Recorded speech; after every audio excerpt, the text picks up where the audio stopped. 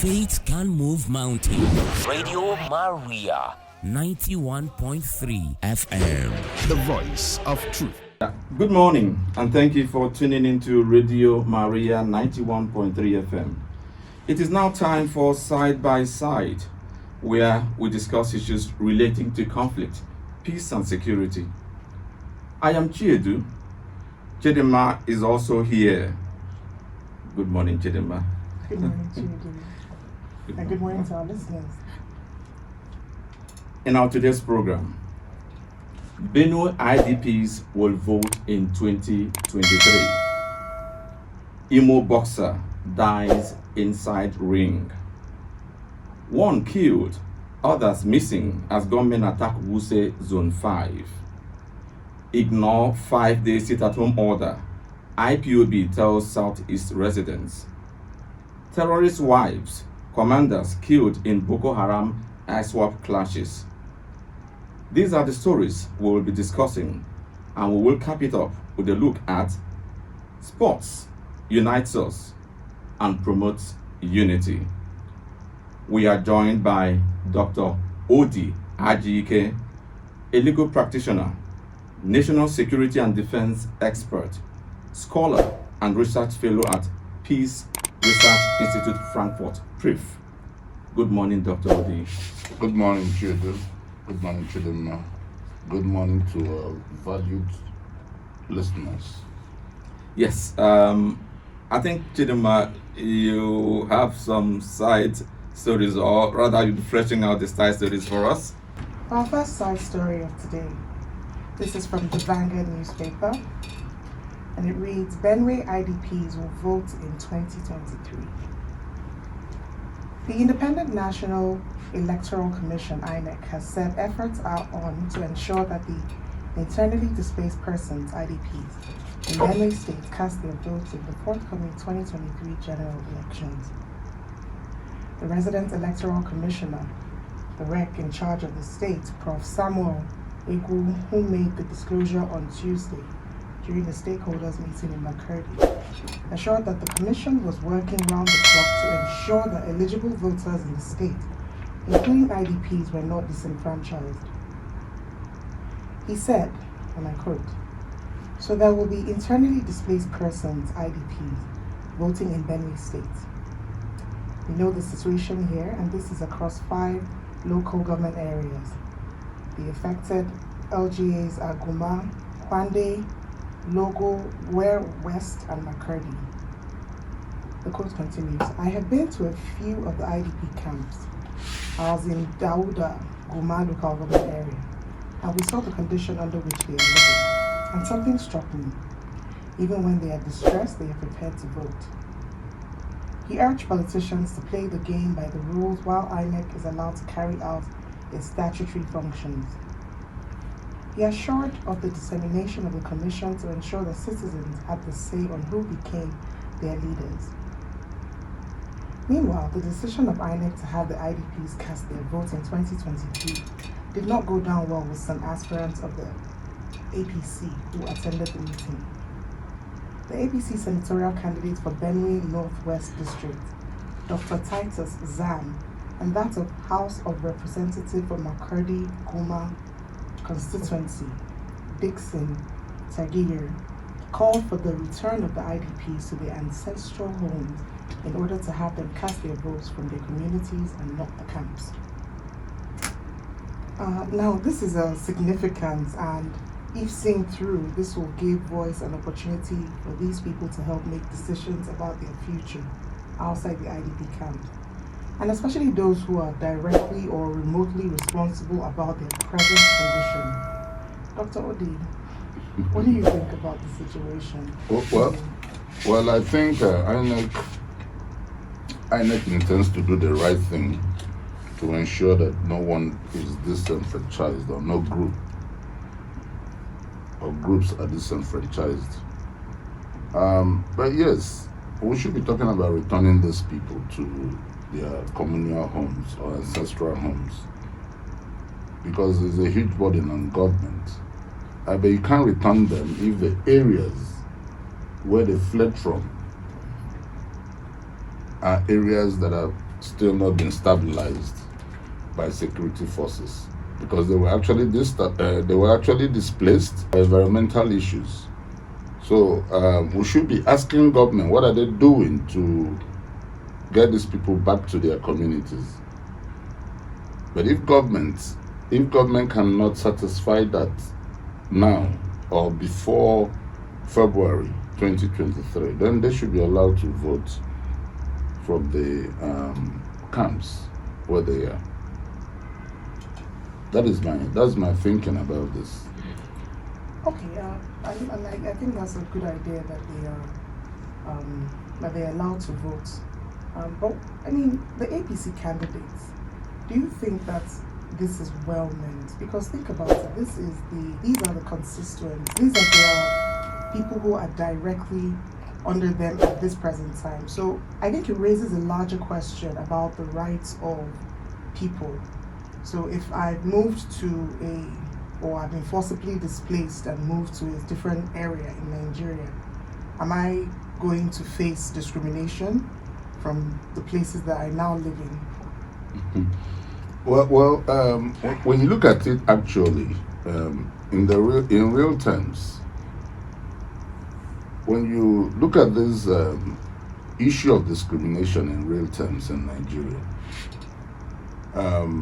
yes, within the electoral system there is discrimination,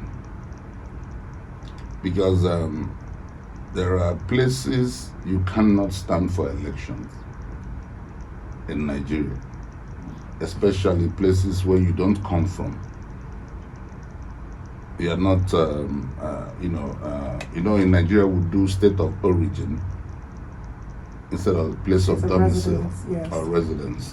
So if you're talking about discrimination across country, the entire process is discriminatory to an extent. So people can only vote or be voted for. People can only be voted for in areas where they come from, except in some places, in some states where we have municipalities or metropolitan cities like Lagos, like Port Harcourt, okay? And you find people who don't, or Abuja, you find people who don't come from those areas, standing for elections to be voted for. So there is a mint of discrimination. But for the IDPs, government should ensure that they are not discriminated against or they are not disenfranchised.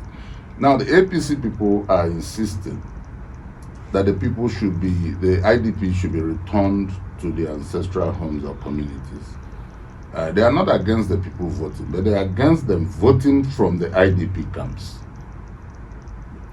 And returning them to their communities is a huge task, because there are factors that force them out of their locations. As I said, it could be environmental issues, like we had the recent flooding. It could be insecurity that forced them out. So if those conditioning factors are not addressed, so of what essence will it be to return them and put them in harm's way?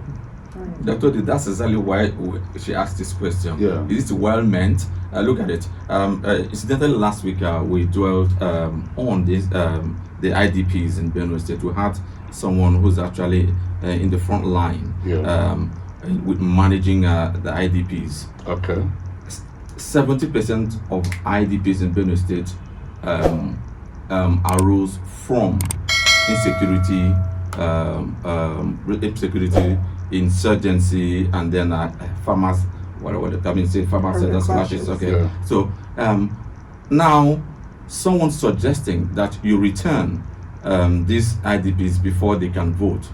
Meanwhile, the news or reports reports available show that these communities where these people ran away from, security is yet to return there. In fact, someone knowledgeable earlier said those who attempted to go back to their bases never made it back. So is it a mailed fist? Is it Mr. You know the politics of insecurity. If APC is talking about the people, the displaced persons to be returned to their communities, they could be playing that politics that all is well in Benue across the 4 local governments. But the information available, as you said, is that these people were forcefully displaced from their homes due to insecurity. So the government should address the cause of the displacement. And that's why I said the displacement could be out of security concerns or environmental issues. And if the place is not stabilized, how will you return them to their homes? Could that be mischief? Yeah. The funny thing is that most times you will find certain officers of government or officials of government encouraging the camps to continue to exist because of recurrent expenditures, just for physical reasons, just for physical reasons. But the government should devote more resources, manpower, and security efforts to ensure that these communities are stabilized and the people will love to return to their homes. Exactly. I'm sure they would. The guest last couple of weeks ago also said the same thing. He said, some of these people have been in these camps for over a decade. Yeah. And, I'm sure they would love to return to their homes. Yeah, they would love to return to their homes. All right, let's move to the next story. This is from the Punch newspaper. 1 killed, others missing as gunmen attack Wuse Zone 5. Gunmen on Tuesday night attacked a residence close to the hill in the Wuse Zone 5 area of Abuja. They shot 2 and killed 1, with several others missing as the gunmen escaped through the hill. An eyewitness who reached out to our correspondent through a distress call noted that the gunmen shot sporadically at Amilomania Street and later moved to Toyin Street. He said, and this is a quote, "We heard gunshots twice when they first stormed a house at Amilomania Street. They are now at Toyin Street at the last house by the hill. They shot a tailor and he's lying down dead. They also shot another male, but we have taken him to the general hospital at phase 4, but he was unconscious. The gunmen have escaped through the hill. We are equally looking for some people and we've not found them. It's possibly an abduction." End of quote. When contacted, the FCT police spokesperson, Josephine Ade, didn't take calls nor respond to text messages from our correspondent on Tuesday night. Abuja has been the center of a lot of security controversies, and I know you have something to say about that, Dr. Ade, but this attack happening right in the city center, that's a little audacious. That's really daring. I mean, and given the crime location, how can these killers just get away, given the city design and the city ring and the security ring, sorry? Yeah, managing insecurity in an urban area is always very difficult because identification is a problem too. Some of these criminals live within the people and they live with the people, so may not be able to identify them. We lack a lot of security infrastructure. We lack a lot of security infrastructure in Nigeria, which you all know. Our record system is just being revamped, and integrated. More so, the conflict in the North Central, parts of the North Central states and in the Northeast and Northwest is creating a lot of problems for Abuja. So Abuja is the next point of choice for some of these people. There are a lot of suburbs within Abuja that are not developed. So policing those areas becomes a very big problem. The security forces are overstretched. We know the army right now is performing urban patrol, performing policing duties, which they are not supposed to do. So it's it's really appalling that these things are happening within the city center. But we should be assured, knowing the police, that if they have the necessary equipment, they will do better than they are doing now. Yes. Dr. Rodi, we're talking. I want to continue from where Chidinma left. The city center, of course, different measures that are in place, and then even newer ones being introduced to ensure that even if crime happens, getaway will be difficult, if not impossible. Do you understand? Yeah. So the thing is, given the location, one expects that this is we're not talking about the suburbs. One expects that apprehension should have happened earlier than, or even before this news breakout. That is it, because if this happens, the possibility of another one with the success happening is there, and then there you go. Yeah, cities like Abuja, are usually properly wired. You look at the city of Dubai, you find out that everywhere is wired. The security forces can mirror into any location. We were on the beat about the CCTV implementation across Abuja, and a lot has been done. The Department of State Services, they've done car tests, drives trying to mirror the city. They also have presence within the city at night. But technology is one of the factors that aid security. Technology, and we have that in absolute lack within the city. We have that in absolute lack. That's a worry. So if it's lacking in Abuja, yeah, it's lacking. It shouldn't have been that way. Abuja should be made very familiar because it's the capital of Nigeria and also the seat of power. But things are bound to happen. But the police should be empowered more, not in terms of resources, financial resources, in terms of critical reforms, operational reforms, to guard the city, guard the satellite cities around Abuja, so that we can have peace here. Speaking of police and their resources, we've had quite a few people from the force, or at least one of our valued guests, like you said.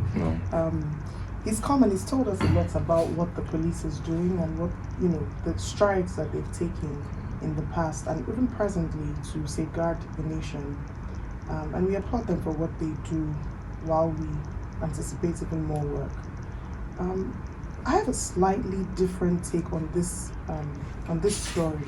Okay. Is it possible that this is, as opposed to, I guess, yes, there's still a lot of crime, but given the times, given the hardship that's going on, is it possible that this is just an indicator of the times? There's more of this going on? Because you hear every other day of one abduction or the other.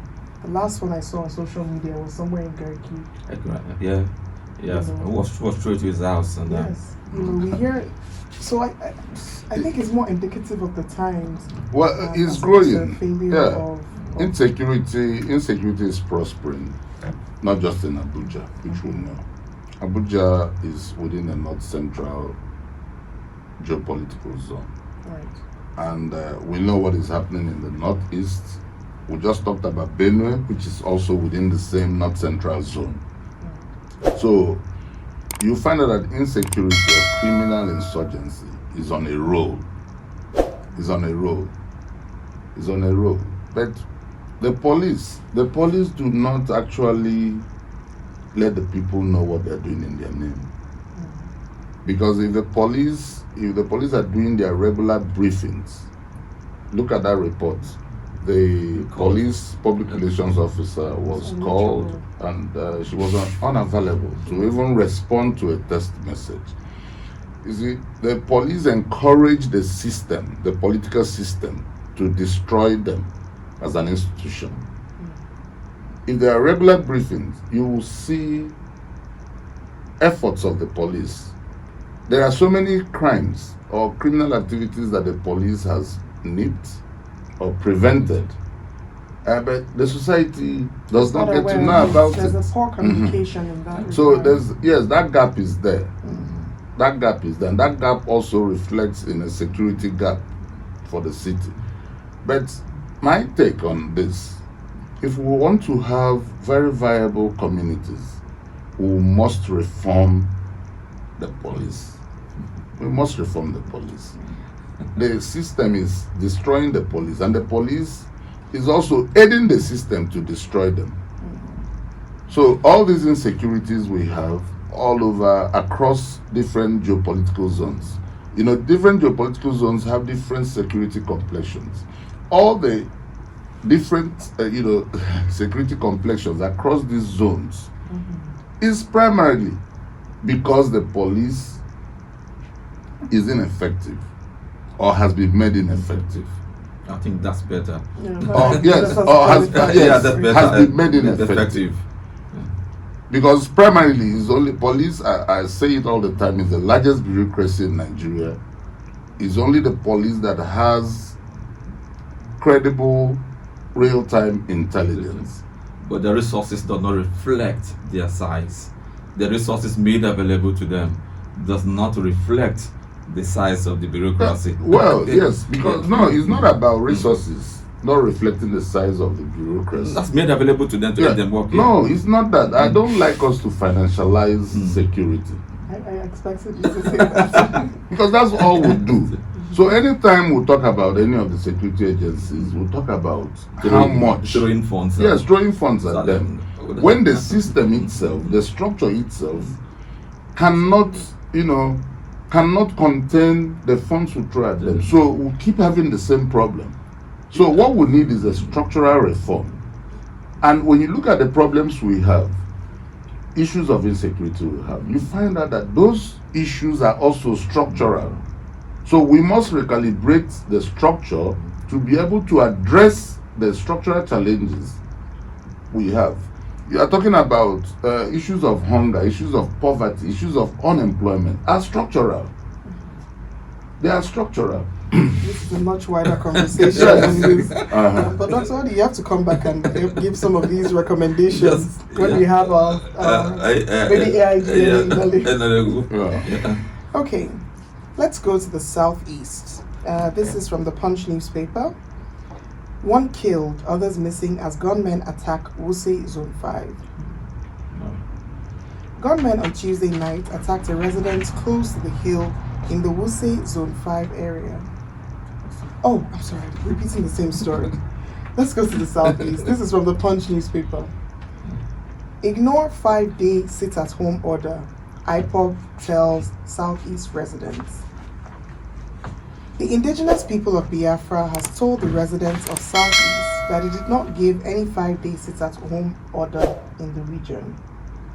The group therefore asked the people to ignore the order, describing it as a senseless order from those against the Biafra agenda. This is following a video currently circulating online ordering the people of the Southeast to observe a sit-at-home on December 9 to 14, 2022. But in a statement by IPOB's Media and Publicity Secretary, Ima Powerful, the group said it never issued any sit-at-home order on the days mentioned above. The statement read in part, quote, "We wish to state unequivocally to the people of Biafra, friends of Biafra and lovers of Biafra freedom, that IPOB leadership did not issue any sit-at-home order on the 9th, 10th, 11th, 12th, 13th or 14th of December 2022. The conception of consecutive 5-day sit-at-home by a Nigerian agent and his sponsors is to show the level of wickedness and hatred they have against our people. Their agenda is to create insecurity and unnecessary hardship to make our people jettison Biafra freedom." The quote continues, "Again, Everyone has his or her rights to go and collect his or her PVC from their polling and registration center without molestations. IPOB never boycotts elections and has nothing to do with Nigerian shambolic elections. Still part of this quote, the Biafran youth should also be ready to confront anybody who comes to force them to close their businesses on these days. End of quote. Now with these, excuse me, now with these orders and counter orders, could this signal the end of days for the controversial sit-at-home in the Southeast? So let me qualify the question. How can the proscribed IPOB effectively enforce its counter order? Because it points to something fishy here, doesn't it? You see, the IPOB thing, there's something we need to have before us. There's an understanding we must have before us. That understanding is that there has never been a valid counter to the issues or the narratives of IPOB by government. There has never been. So government permits IPOB to issue narratives as it suits them. The government has not been prepared to counter and has never countered. Issuing a counter narrative that people can hold on to, because they just trust force, the use of force. Now, coming back to IPOB, after the arrest of Nnamdi Kanu, IPOB has also been, become fragmented. So there are so many franchise groups, nobody knows who is who, and people do not have confidence in government, that the government can protect them. So the issue of bringing an end to sit at home, no, don't think it will happen. It will not happen like that. But for these 5-day sit at home announcements, it's already sending confusion within the system, within the Southeast. I got a call from somebody, a child who was supposed to vacate from school on the 11th. And she told me that they will have to wait till Thursday because they sit at home. 11th, I think, is on a Sunday. Right.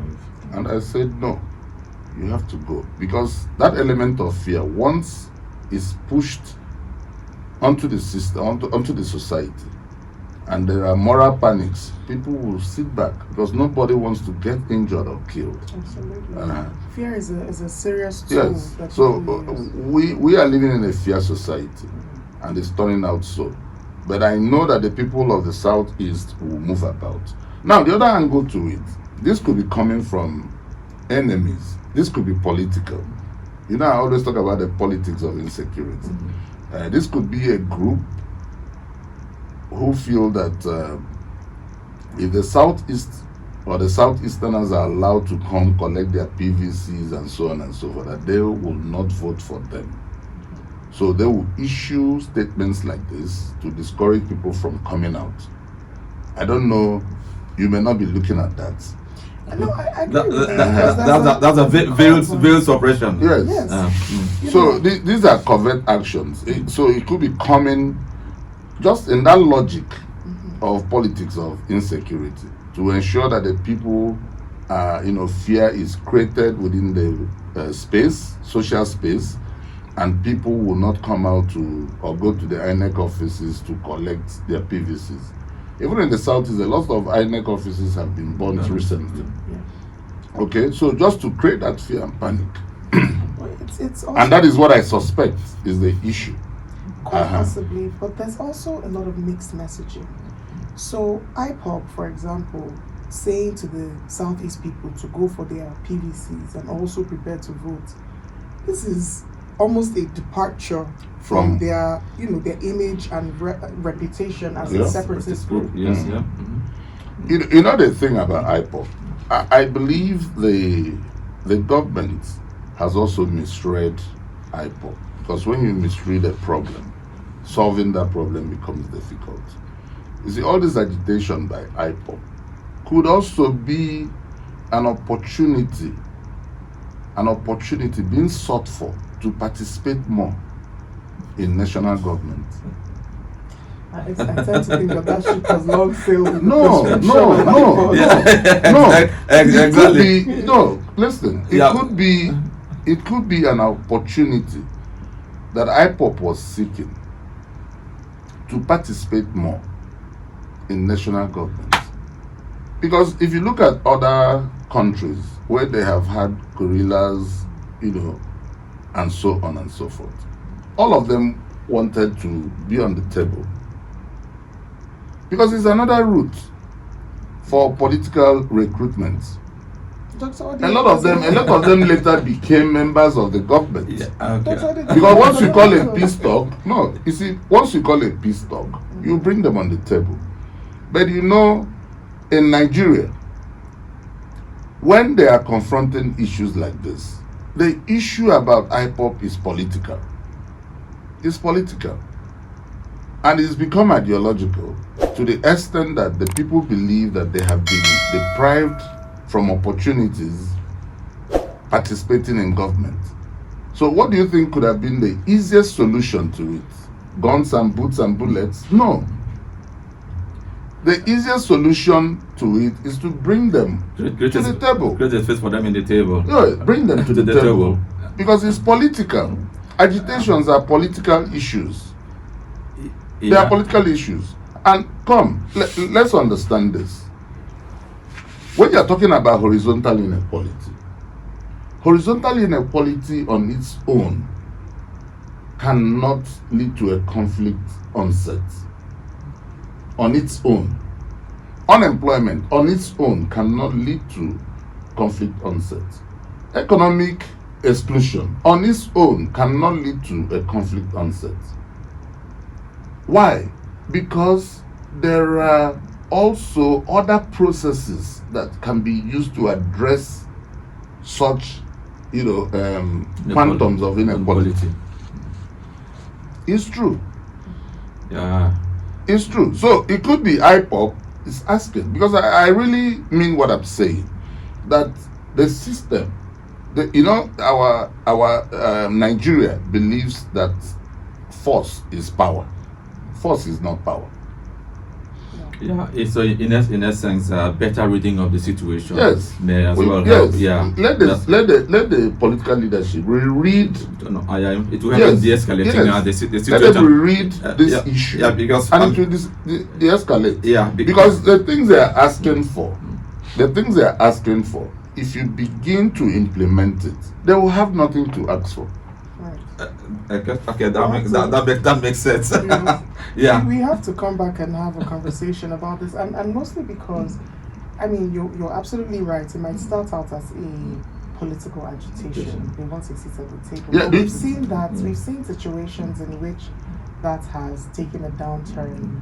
In the Niger Delta, even Boko Haram started as but in Niger Delta, there is peace in Niger Delta.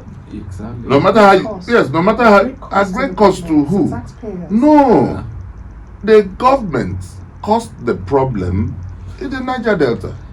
Yeah, because they did not develop the place. Yes. Now that agitation started. The crude oil agitation started within the Niger Delta. A lot of solutions were brought to the table. Today, it's still the proprietors of that conflict in the Niger Delta. They are the ones supporting government to curb crude theft. Yeah, because recently I in a conversation it came out that Tompolo, that's a government Ekpemopalo. He actually had to rally all the militants of the warlords and told them it is in their interest that one, he was specific, it is in their interest that they rein in all the illegal activities happening there. He said that in fact he was caught and he quoted this, he was emphatic that they should even forget about Nigeria, that it is in their own interest that they begin to curb the illegalities happening in their terrain, that they should look at the environment and the rest of them. So now, messaging coming from him has been able to now de-escalate situation, which has not happened over a long time. So it depends on who is delivering the message. Yes, and how it's said. It might be they're just asking for a space on the table. So you talk with them, you look at the issues, and not through the use of force. Because once you deploy force, the lines of victory usually very slim. We've lost so many security agents in the southeast. We've also lost a lot of fighters. There's the IPOP fighters in the southeast. So are we going to continue shedding blood and their citizens within our social space? So really heartbreaking. But let's hope that there is a peaceable resolution to this. There will be there will be once the strategy changes. Yes. Okay. On to another group. This is from the Daily Trust. Terrorist wives, commanders killed in Boko Haram. ISWAP clashes. The main headline reads, no fewer than 55 people, including wives of the fighters of Boko Haram and their rival group, Islamic State of West African Province, have been killed in a week-long multiple clash in Borno State, sources have said. Zagazola Makama, a counter-insurgency expert and security analyst in the Lake Chad, said that since December 3rd, a top Boko Haram leader in charge of Mandara Mountain, Ali Ngolde, has led hundreds of fighters armed with weapons from Mandara Mountain to wage war against the ISWAP in Sambisa Forest. According to the story, the fighting between the two terrorist groups, Boko Haram and ISWAP, began with a staged ambush by the Boko Haram fighters on the ISWAP group under the guise of a negotiation to submit to ISWAP leadership. This resulted in the killing of at least 12 ISWAP members. Thereafter, Boko Haram launched subsequent attacks, killing about 23 more fighters, and then about 33 of the ISWAP wives. Last week, an infighting occurred where ISWAP fighters outnumbered and overpowered Boko Haram fighters, killing about 11 of them. Now this story is, I don't know what to call it, unfortunate, considering the amount of lives lost. Yeah. Really but it also brings to the fore some lesser known elements about the war on terror.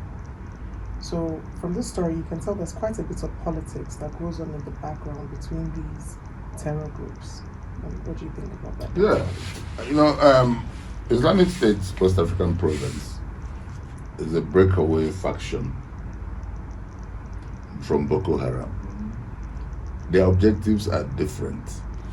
The ISWAP fighters concentrate on government installations and facilities, attacking security agencies. Boko Haram concentrates more on soft targets, communities. So we must understand this. And Boko Haram has a link with a lot of bandits within the northwest, and that is where the challenge lies. And ISWAP also has connections with bandits and other criminal insurgents and bigger international reach. Good. Yeah. And they both have international access because they use weapons, and weapons are not manufactured in Nigeria. So if they are having him fighting currently, it's good, let them destroy themselves. But we need to, yes, let them destroy themselves. But I keep saying this, and I will always say it.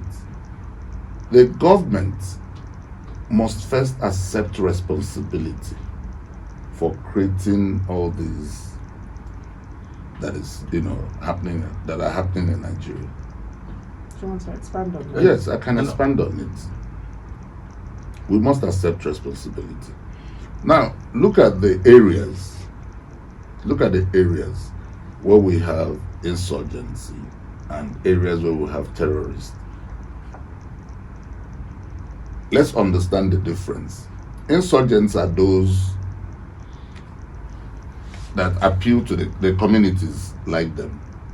So that is why the war on insurgency, counter-insurgency, is a war of hearts and minds, because they have a relationship with the communities. So the people want them, they control the communities. But terrorists are those who are just out to destroy.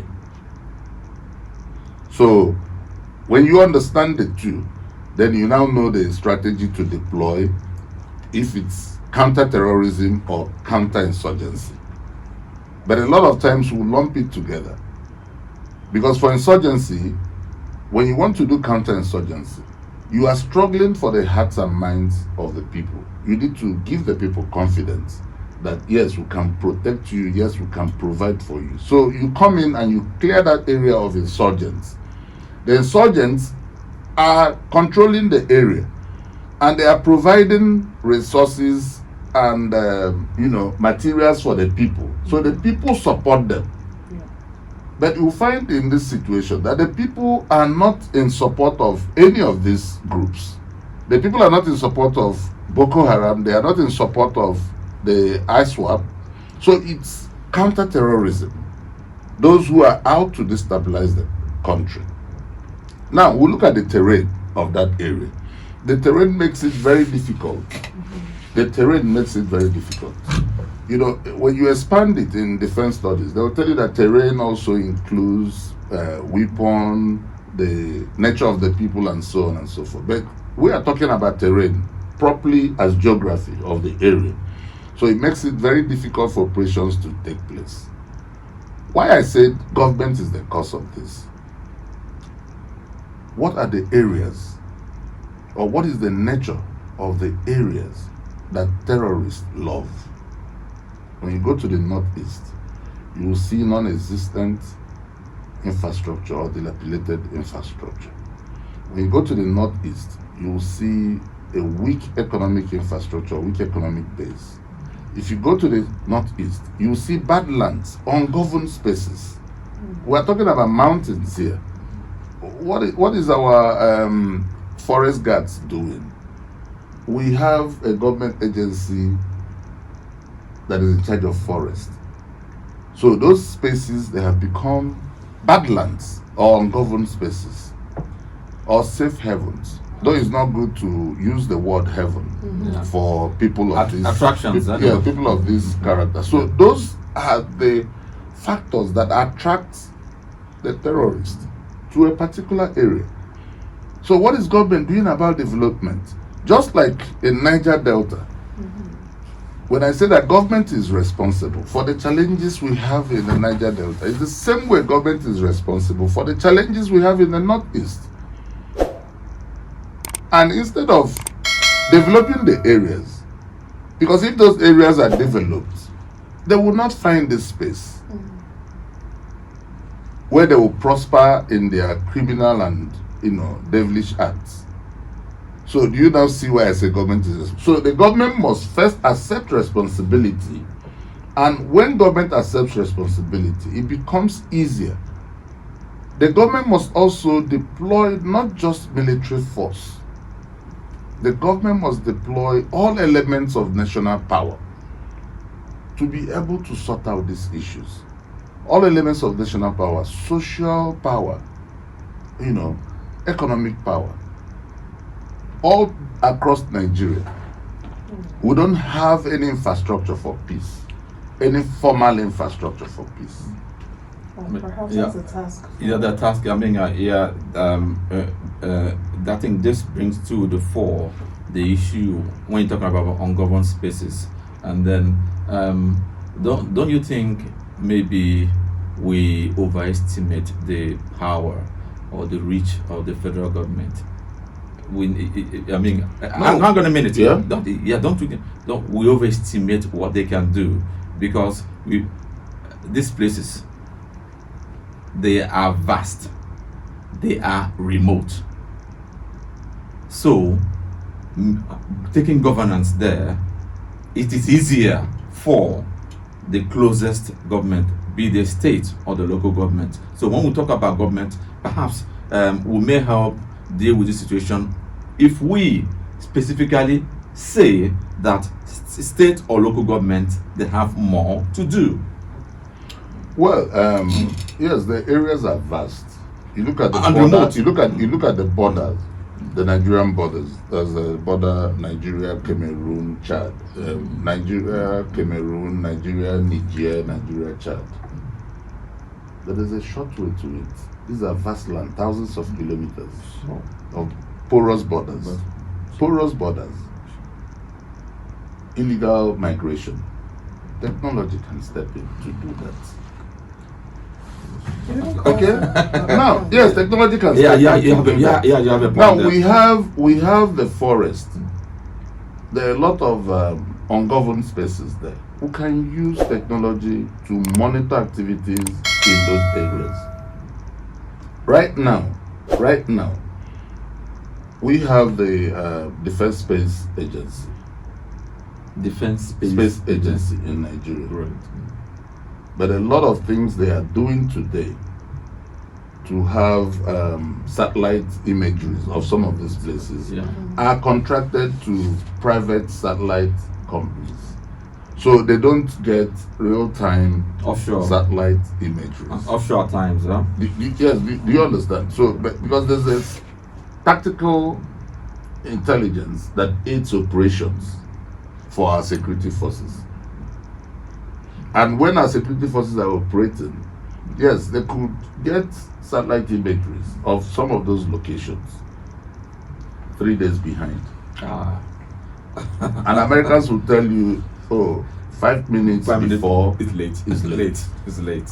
So, yes, when we're talking about government, we are talking about both the state government, both the local government, because we have 3 tiers of government. Today, we know about it that funds are paid directly to the local government. We also know that the governors also collect the monies from the local government. That's confusing. Administrators. No, that's confusing. So development is absent, and when development is absent, somebody comes in and takes over authority. If you look at the Northeast, it didn't start today.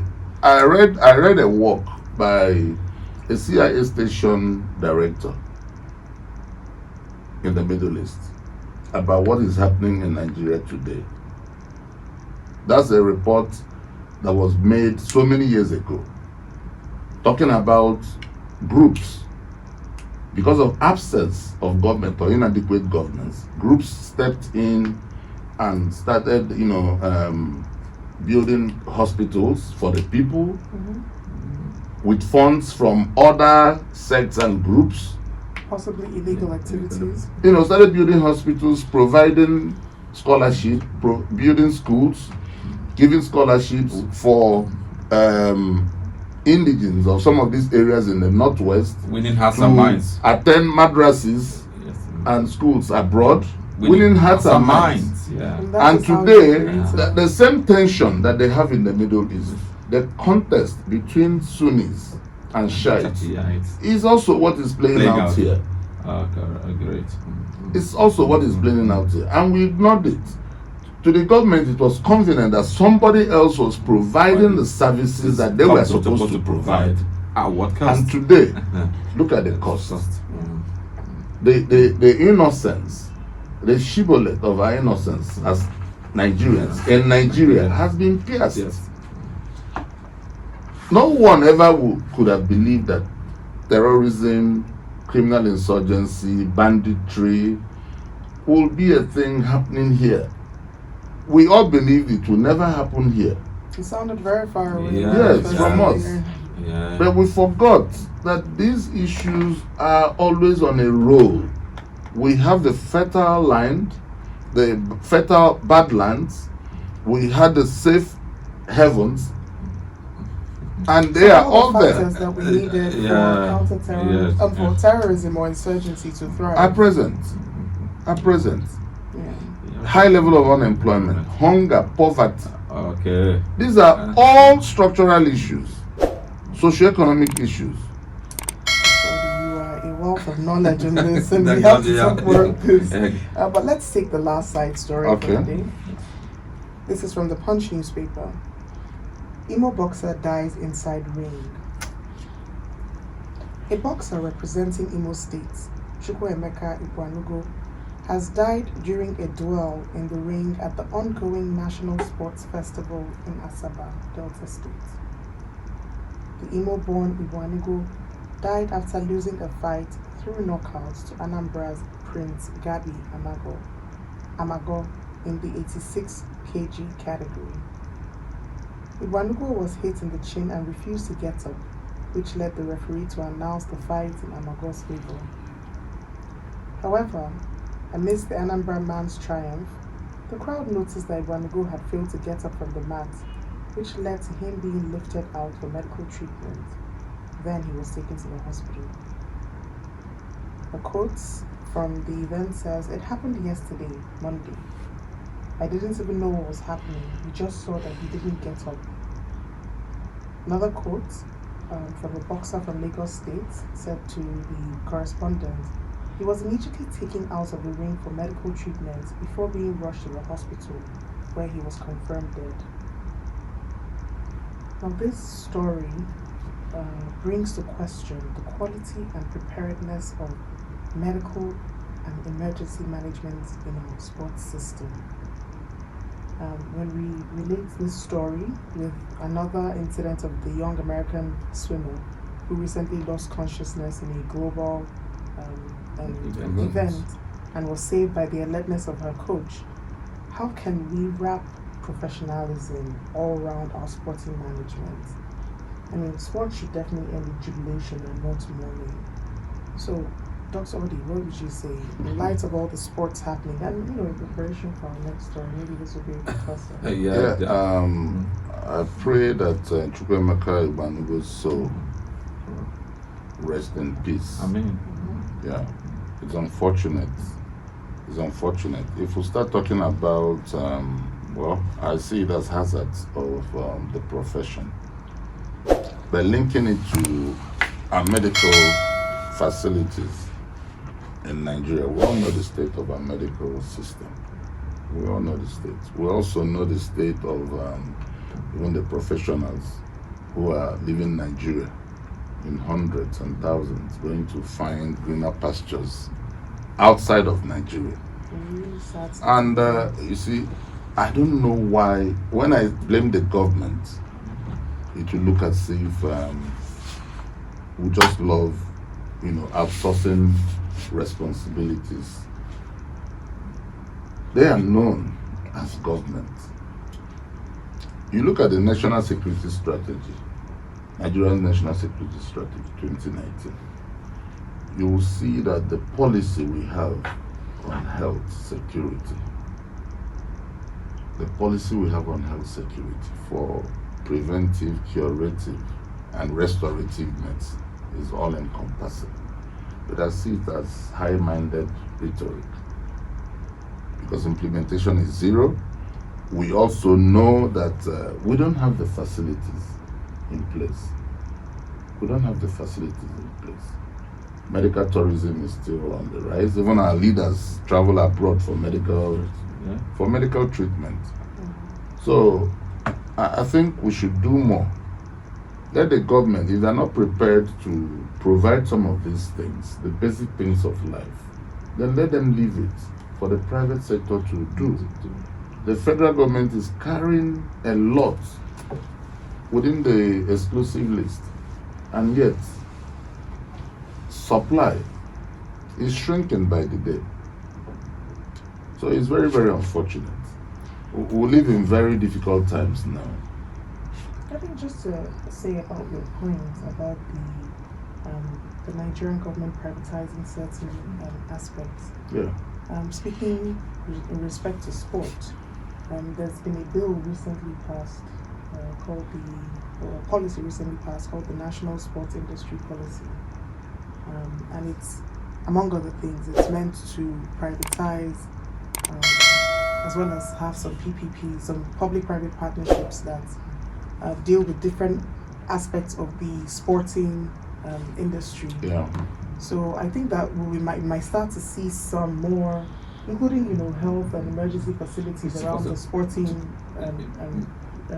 value chain provided under that new policy. Let's wait and see how that happens. Yeah, I'm optimistic. You see, everything happening in Nigeria. That's better. Everything happening in Nigeria today, I see it as a process towards state making. We'll come over a lot of these things. I see Nigeria transiting from being a country to a nation. Yeah, and then I see that happen. Yeah, then and it will happen in our time. I mean, and then because the present price we pay for this transition or transformation is really huge. Yeah. We need to.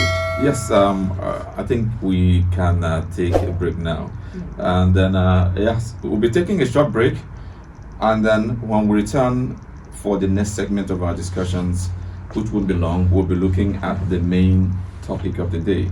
Sports unite us and promotes peace. Stay tuned.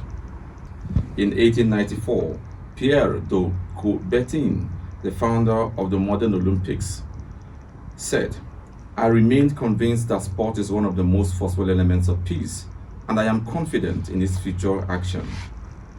To underscore the potency of sports as a unifying factor, truce during wars and conflicts have been called in order to allow sporting festivals to take place. Sports are one way to bring people together, no matter where they come from, what they look like, or their skill level. Sports allow for a shared experience, promoting camaraderie and connection. It promotes human interaction which transcends any stereotypical images created by racism about the superiority of a color, race, or gender over another. Behind these terms are supporting fans who follow them without discriminating. These are the vast majority. Nelson Mandela used the power of sport during the 1995 Rugby World Cup after the official end of apartheid in order to unite the South African people. In a speech at the 2000 Loius World Sport Awards, he said, "Sport has the power to change the world. It has the power to inspire. It has the power to unite people in a way that little else does." The United Nations highlights the positive contribution of sport to the youth peace and security agenda under the 5 broad pillars, including participation, protection, prevention, disengagement, and reintegration and partnership as well. One such example of the contribution of sports to peace and security can be seen here in Nigeria. The United Nations Development Programme, UNDP, is implementing in partnership with IOM, that is the International Olympic Movement, and UNICEF, including the EU, the support for reconciliation and reintegration of former armed non-state combatants and Boko Haram associates in the program called S2R. This EU-supported project aims to enhance stability through provision of alternatives to violence and enhance social cohesion, and it is being implemented in Borno, Adamawa, and Yobe states. The community-led peace through sports engagement has been undertaken in locations hit hardest by the insurgency, thus seeking to strengthen social engagement and rebuild intercommunal trust, which is foundational to community healing and peaceful coexistence. During the launch of the Sports for Development and Peace SDP initiative on the 13th of February 2022, there is an excellent quote by his government, KFFD's Director General, which sums up the role sports can play in advancing our unity as a people. He said, and I quote, "Sports is a powerful tool to advance the 2030 agenda for sustainable development, particularly in the QFFD's focal areas, education, health, and economic development." On the global stage, the 2022 FIFA World Cup hosted by Qatar is well underway. And for those who have or haven't been following the games, it is full of surprises. But most importantly, let us hear FIFA's slogan: "Football unites the world." What a profound statement. Sports instill the skill of team building and conflict resolution, which largely helps It teaches people with conflicting social identities to work or play together without placing their social differences forward, bringing a positive change in society. The popularity of sporting heroes transcends culture, race, religion, color, and anything discrimination can throw at it. Their phenomenal influence is universally used in promoting good causes and pulling millions of fans, mostly youths. We have seen the unexpected results in the ongoing World Cup with the only African country still in the games, that's Morocco. You can see how the entire Africa is rallying around the Kingdom of Morocco as she progresses to the quarterfinal. There is no better or more powerful platform for people to come together and support their country than sports, one can argue. International events like the Olympics and the World Cup serve as a point around which to rally and show national pride and unity.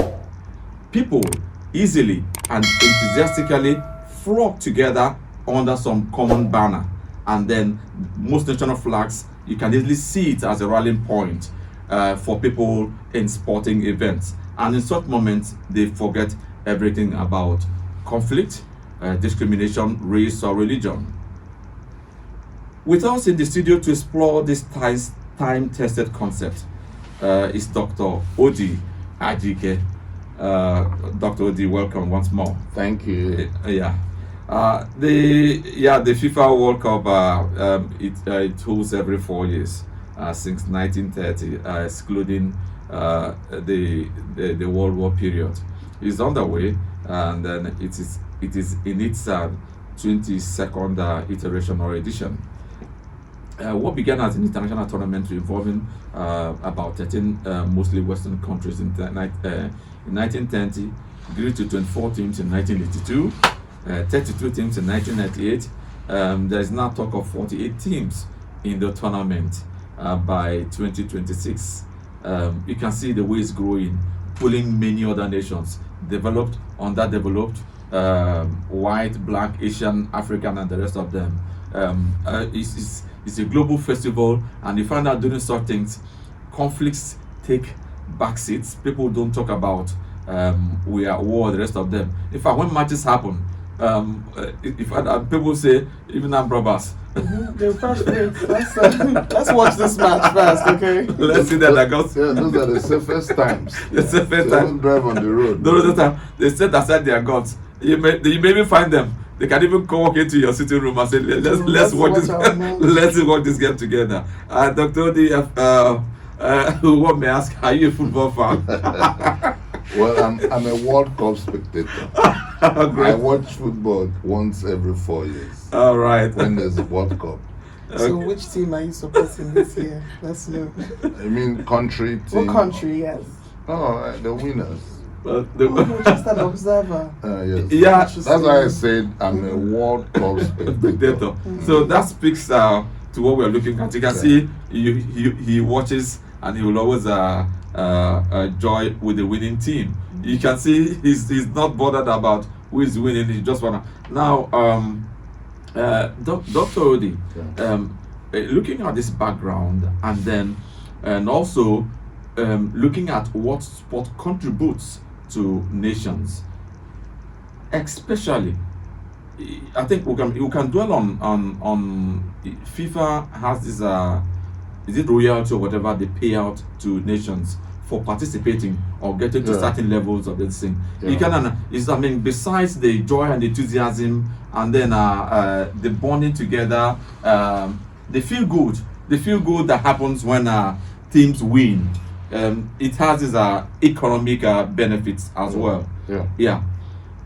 How have we taken advantage of this, especially in this time that our country is going through difficult times as far as conflict and tensions are concerned? Okay, there's something that is called cultural universals. Cultural universals. Sports is one. Sports is a cultural universal. we need to understand that sports also promotes national pride, not just unity. National pride and unity. Unity is a word that we pride with so much. We pride with so much of unity in Nigeria. Whereas the people have other objectives and expectations from government. The government expects that we all must enjoy the mediated unity. But above all, sports it aids in socialization. It's a language that transcends cultures.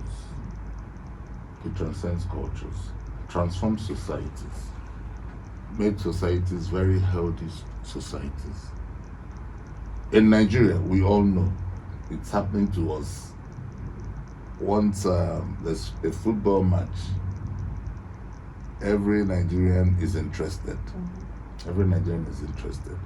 And football, is the most popular sport in the world today because it's accessible. It's accessible to the rich, it's accessible to the poor. Accessibility is the key word. So Nigeria has been benefiting from sports and we've been doing well. But we need to encourage our sportsmen and women. A lot of times, many of them have died in penury. We only enjoyed them when they were heroes, and after that, we abandoned them. But you can see that what the World Cup is doing, looking at the objective or the purpose of the United Nations, global peace and stability, that is what this Olympic Games is doing to the world. Everywhere, people are watching the same game, people are speaking the same language. So that is why I said it's one of the cultural universals that we have. But the very funny aspect of this Olympic, the World Cup is when US and Iran were paired. Okay. I told you that it's not just unity, it's also a thing of national pride. So they extended it to some sort of warfare. Some sort of warfare between Iran and the US. Yeah. And I didn't really like it when Iran lost. Let me say this here, right? Yes. I saw a couple of interesting tweets yesterday. Okay. It was by, I think he's a German guy. His name was Jonathan Wrighton or something. And he had talked about how he had just learned some Moroccan terms, some Arabic, things like that. But then he also puts an interesting tweet which goes, it was about the chronology of Morocco, and it talks about how Morocco has a clear World Cup 2022 path to beat every colonial power that messed with it. So he takes off Spain as a protectorate, 1912 to 56. Great. Then he now says, okay, now they're going to meet Portugal in the quarterfinals. Portugal was, occupied them. They had like some coastal accusations. Then France, it was also a protectorate. And then England, economic imperialism. Let's take them all off so that we can, win that World Cup. So it's a thing of national pride. Yes, it's a thing of nature. Sports exposes the complexities in societies and in life. It exposes it. Like the tweet you just read out to us, that you came across yesterday. The objective he has is that there's an opportunity. There's an opportunity to give back to some of these predatory give back to them through sports. Yes, through sports. Through sports. Yes. And then the other angle. Yeah. You just said something now. That you were not happy when Iran lost. Also, in sports, you find out that people easily rally or identify the underdog. It's always an opportunity for the underdog to be noticed. Do you know why? Exactly. Do you know why? Sports. One of the greatest things about sports is that it brings equality, inclusion. Exactly. Which is the entire point It's about of the making a kind of conversation. equality, inclusion, yeah, fairness, and obedience to rules. the rules. And then is in sports. Competition as a word is distinct, but it is in sports that you hear healthy competition. Competition. Yeah, competition. Competition is, is if you try to acknowledge, you can also talk about rivalry and the rest of them. But in sports, you always hear healthy competition, fairness, and the rest of them. So the idea is it fosters equality. People should find a common ground, even though you're competing. But no, it is a games. It's gaming. Sports has to do, which we know about is a physical activity. The focus in sports is the skill. The focus in sports is the skill. Governed by rules, competitive. So it is your skill that will make you excel. We're going to come back to that point because skill in sports, there might be other factors. We'll come back to that point now. Apparently, this football tournament is, it's one of the early periods where Africans put aside all their differences in order to unite for a common purpose. So, at the local level, football has united us more than ever before. In Nigeria, for example, football tournaments at the international level have become the only period where major and minor tribes in the country unite to support the Super Eagles. This is irrespective of religion, of region, of ethnicity. And you're not bothered that Nigerians don't unite to support the army. What we're not going to do is turn this celebratory sports conversation into a political. They only support our sportsmen. Yes. So, but it brings the point to bear that sport is a great unifier. It's a great unifier. It is. It's a great unifier. In fact, it transcends culture. It transcends culture. There was a publication in Business Day in 2021 December, which was titled "Time to Grow." Time to Grow the Nigerian Football League. And it says that there are about 18 million estimated football fans. These are both young fans, they're active, latent, and these are all watching foreign football. Right. The same publication also talks about the British government invested £200 million into the Premier League 30 years ago. And now the EPL is worth £18 billion. So now we can imagine the ripple on economic effect of that in giving, what we know about sports as a unifier and all the positive things that come to bear. Now, is it not a worthwhile investment as a tool for nation building? So for a country that loves football so much, our local leagues are not receiving the same amount of attention that we pay foreign leagues, or even when our country goes out to play. What's going on with our local leagues? Why can't we drum up the same enthusiasm for our local leagues? Okay, it didn't used to be this way before. I remember growing up where people will come from all parts of the southeast to come and watch Spartans play. Yes. People will come from all parts of Nigeria to Enugu to watch Rangers play. Oh, I heard of the Rangers. Now, Spartans later metamorphosized into Iwaimu United. It was a glorious moment. Iwaimu National. Yes, Iwaimu National. Right now, can people still travel across Nigeria? Travel, leave here, go to Kaduna to watch Ranchers Bees, or go to Benin to watch NNB, New Nigerian Band. Obendel Insurance. Obendel Insurance. And are people in these areas watching them? I'm coming. There are so many supportive infrastructure. Let's talk about our music.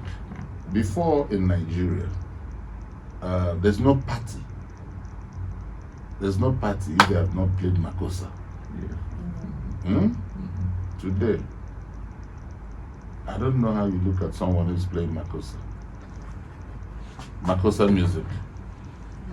Parties started when Makossa music rhymes. Today we are playing Nigerian music. Why? Radio, telecoms, technology. We are watching Manchester United today because there's a TV. Our NTA is not doing well. So it's not just about sports promotion. Anyone who wants to invest in sports, in football, for instance, because football, as I said, is is the most popular soccer because it's accessible. It's accessible to everyone, the rich and the poor and the middle class. So anyone investing in our local league needs to also invest in television. The marketing channels. Marketing channels. So the EPL or whatever they are called comes to us here because there's television. And we pay billions Now, for the rights. check this. I might not be right, but let's check it. In South Africa, DSTV do not make as much sales as they make in Nigeria. Nigeria is the cash cow. Okay? Because SABC is doing very, very well. A lot of friends that I have who live in South Africa do not have DSTV. Because the local television, the national television, SABC, will do all sorts. Will shoot all sorts of programs. So we'll need to develop, just like radio has helped for our local music. Our musicians today are international superstars. Our music is played all over the world. I've been to a club in Spain and I walked in and it was this guy from River State. Before him. Yes. What's the song? That he shouts, Chinekeme, I entered and everybody. Timaya. It was Timaya. His song that was playing in a nightclub in Spain. In Mostoles, not in Madrid. Oh wow. In Mostoles. A bit more Yes, I mean Mostoles is close to Madrid. It's within the Madrid area. It's a neighborhood in a nightclub, and they were playing Timaya's song, and the whole club went crazy. The whole nightclub went crazy. Everybody was shouting Chinekeme, So radio did that for us. Radio did that for us. So TV can do that for us in our sports. AIT channels, Arise, are looking at CNN. They want to be like CNN. They want to be like Al Jazeera. They want to, just news channels. So we need to have a formidable TV that will promote sports. As you were saying that, it just occurred to me, also being able to read the signs of the times. Perhaps, if we think, when Marshall McLuhan said the globalized village, and maybe down here, people did not just sit down to ponder on its implication. Perhaps that's when the likes of UK began to invest in these places.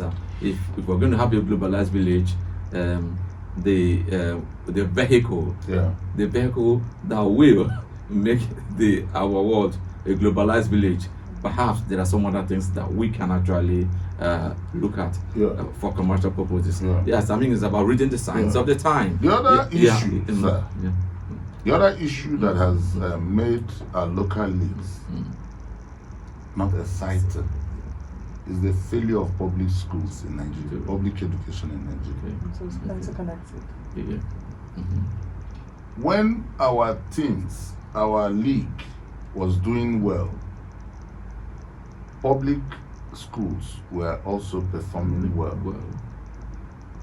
I attended government college Owerri. Okay, they are sports teams, huh? Oh, I- to the sports. Yes, Yes. I attended government college Owerri. We had a cricket pitch. Great. We had a lawn tennis court. We had a handball court. We had discus, shot put fields, and so on. And so almost 5 football fields. Actively feeding all this. The public schools have failed in Nigeria. When I go back to government, you people will think I want to just cuss government out. Public schools have failed in Nigeria. The private schools are struggling for space. A lot of private schools do not even have a field because these schools are feeder agencies. They feed. Yeah. They are feeder agencies. So you drive around Abuja, you come to an area, possibly under a ramp, and you see people play football there. There's no coordination. There's no coordination.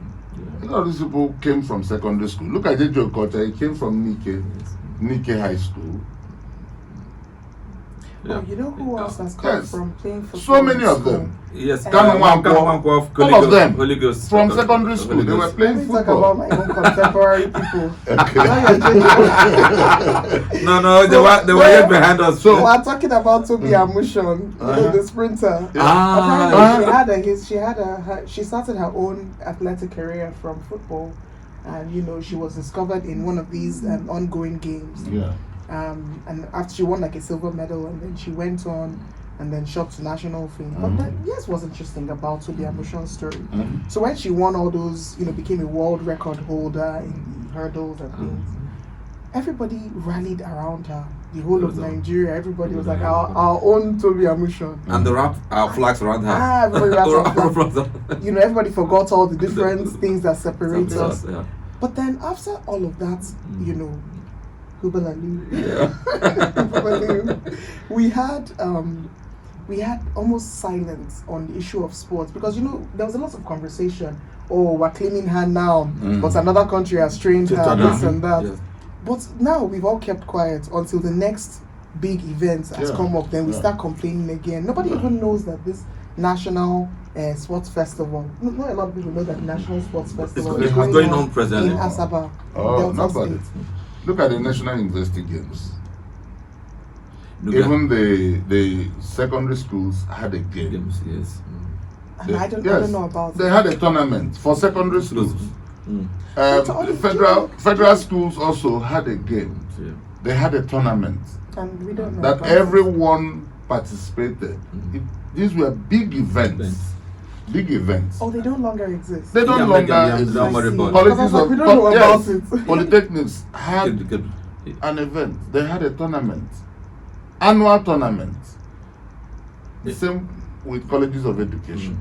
And you see, when a lot of things are going wrong in Nigeria, you can trace. If you take your time, you can trace where these things, are coming from. One of the things about sports. There you go again. The issue of values. Yes. The issue of values. Okay? The issue of skill development. Sports. Participants develop skills. Leadership skills. True. Leadership skills. Patience. Teamwork. Dialogue. Conflict resolution. Dialogue. Conflict resolution. Okay? Social economy grows through sports when people participate. Sportsmanship. This issue of first past the goal, the winner takes all, does not exist in sports. So, and these skills attend to the individual. In management, it attends to the individual. In academic study, In perseverance. And look at the ethics, the ethical part of sports. Yeah. Look at the ethical part of sports. Yeah. Yeah, Dr. Odi, I thanks because you keep taking us back to sports in secondary school, which is key, and then which speaks to what we're looking at today is unifying value. Because if sports, especially the inter schools, interstate sporting festivals, if it's reintroduced and this vibrancy returned at the secondary school level, that's where this unity begins to hold on strongly. So we keep going back to the schools, not when they are adults or professionals. Sports as a unifying factor can only happen if it takes its root at the secondary school, private school level, and return those festivals. That's what I'm. So we can do the next question before we open the phone lines. All right, let me just introduce this. So, Dr. Lee, there's an International Day of Sport for Peace and Development, and this is on the 6th of April. This year's theme was securing a sustainable and peaceful future for all, the contribution of sport. Now, the UN recognizes that due to sport's vast reach, unparalleled popularity, and foundation of positive values, sport is ideally positioned to contribute towards the UN's objectives for development and peace. So earlier on in our conversation, we mentioned a program by the UNDP in Borno and Adamawa and Yobe states, and the Peace Through Sports engagement. And this program has seen over 500 youth from the IDP camps and host communities of Bama, Banki, and Goza interact through football tournaments and training sessions that build fitness, achieve relief, psychosocial relief, this is mental issues, address frustrations, all these positive benefits of sports. At the community level as well, that's at the individual level, so at the community level as well, the program has helped promote social cohesion and has also reduced crime rates like we've mentioned. And this is by providing positive diversions for people, or for the young people. A major win of this program is the healing from the scars of the conflict and subsequent community building the program has recorded. So, I'm sure that around Nigeria and other parts of the world, there's lots of such programs, both informal and formal programs that help in building communities like that. And I want us to talk about it, Dr. Odi. I know you're a community builder yourself. Apart from all the many hats you wear, I'm sure that you do some community building. So I want you to tell us a bit about your own experiences about how you use sports as a tool. Well. But first, I'd like to open the phone line so you can talk about it. Okay. All right. So if you'd like to be part of our conversation, the number to call is 081 084 47518. That is 081 084 47518. And we are talking about how sport unites us. Dr. Odi. Yeah. I talked about skills that come from sports. One is teamwork. You have patience. And the only way you can reward people is when they show skills and you know that this person is promoted because he merits it. But the larger society perceives skill as some level of excellence. So you see a lot of people who don't have opportunities, who are skilled, but they don't have opportunities to showcase their skill, are not perceived to have become successful. You had asked me about what we're doing in sports and how it's impacting society. You see, we try to get people to learn to be patient. Try to get people to learn to be team players, how to do teamwork. We try to teach people discipline. Now, because we are not paying attention as a country, as a people, to sports, that is why you see those things are lacking. Those characteristics are lacking in people. People are not patient. People are not disciplined. And sports is the vehicle that will lead them faster towards inculcating these skills and values. Because sports mirrors the society, enhances the values and beliefs of the people. The action by government towards this is very appalling. So we need to improve on all this. We need to improve on all this to build a better society. Okay, now, constitutionally, the only mode of integration that we have is mandatory. The NYSC program. You post somebody, a student, a copper to Kano, you will go and change it. They request for a change. You post somebody from Kano to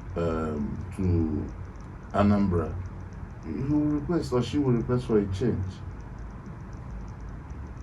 Because we are not promoting sports or developing sports in Nigeria because we don't believe in merit.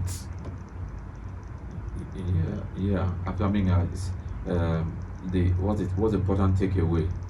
You cannot be a successful or professional sportsman or woman if you're not disciplined. Yes. And discipline leads to fitness. Yeah. And it makes you a professional. And then you also You enhance your skill. Perseverance. These are life critical skills. And add learning from failure. They are critical for success, not just in sports, in virtually every other thing you do in life. Yeah, so that's one very important takeaway. And learning from failure. Learning from failure to becoming a sports give us very important life success. Training. Life training. Just moving a little bit away from football, you know that saying that says in Japan when they want to hire, or maybe not just even hire a person, just as a recreational hobby, it's part of their business. Businessmen in Japan would go off and they would play golf with their boss or their clients as a way of establishing rapport with them. Bonding, collaboration, and then also to just see the sort of person they are.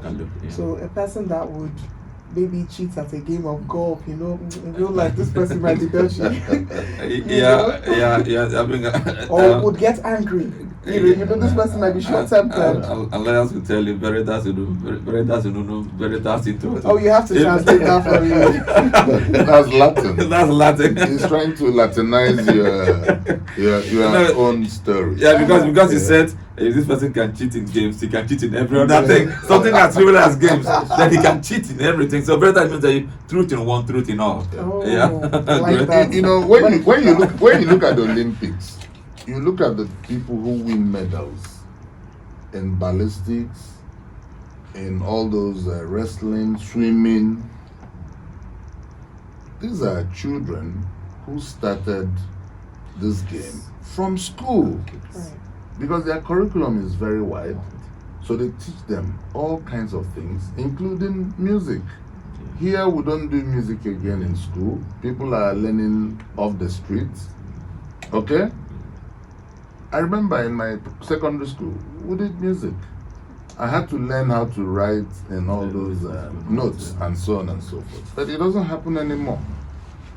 So the failure of the public school system is a big minus.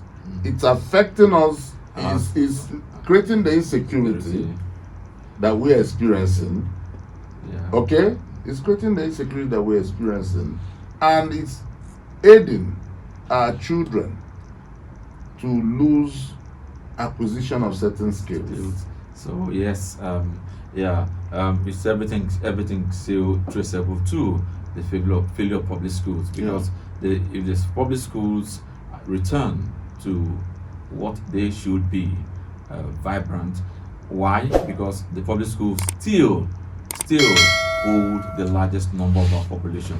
That's where the critical mass of our population get all the skills they need at that stage in life and in future.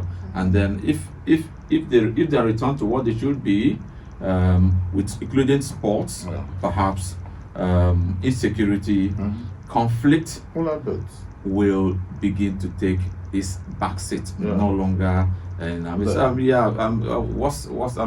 have a last word for our listeners, Dr. I had called for an expansion of the concept of national security architecture. I called for it to include some of these critical ministries of, and departments of government. Because when we discuss or when we talk about national security architecture in Nigeria, we only talk about the military, state security forces, the military police, and so on.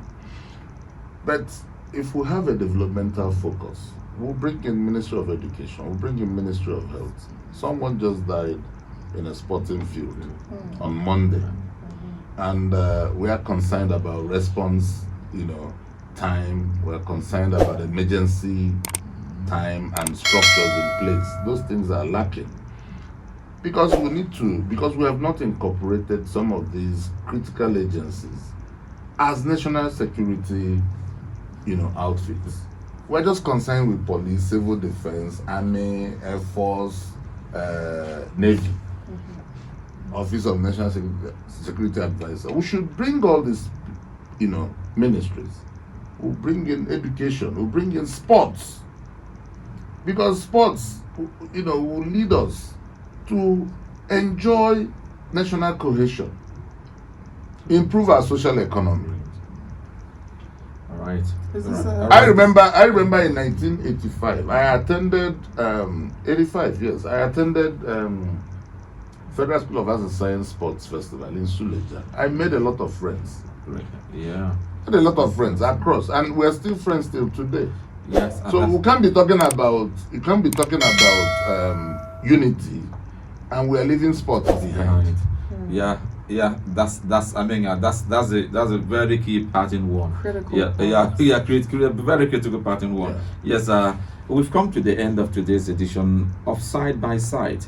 I must say a big thank you to our guest, Dr. O.D. Ajike, a legal practitioner, national security and defense expert, scholar, and research fellow at the Peace Research Institute of Frankfurt Prif. And then, of course, his experience and knowledge is brought it to bear on the discussions we've had today. I'm sure our listeners are rich and far more enlightened for it. Thank you, Dr. Odi. Thank you so much. And then to you, our listeners, thank you for joining us. The next edition of Side by Side will come your way on Monday, December 12th at 10 a.m. Until then, keep listening to Radio Maria 91.3 FM. I am Chiedu. And I'm Chidinma. Peace be with you all. Amen.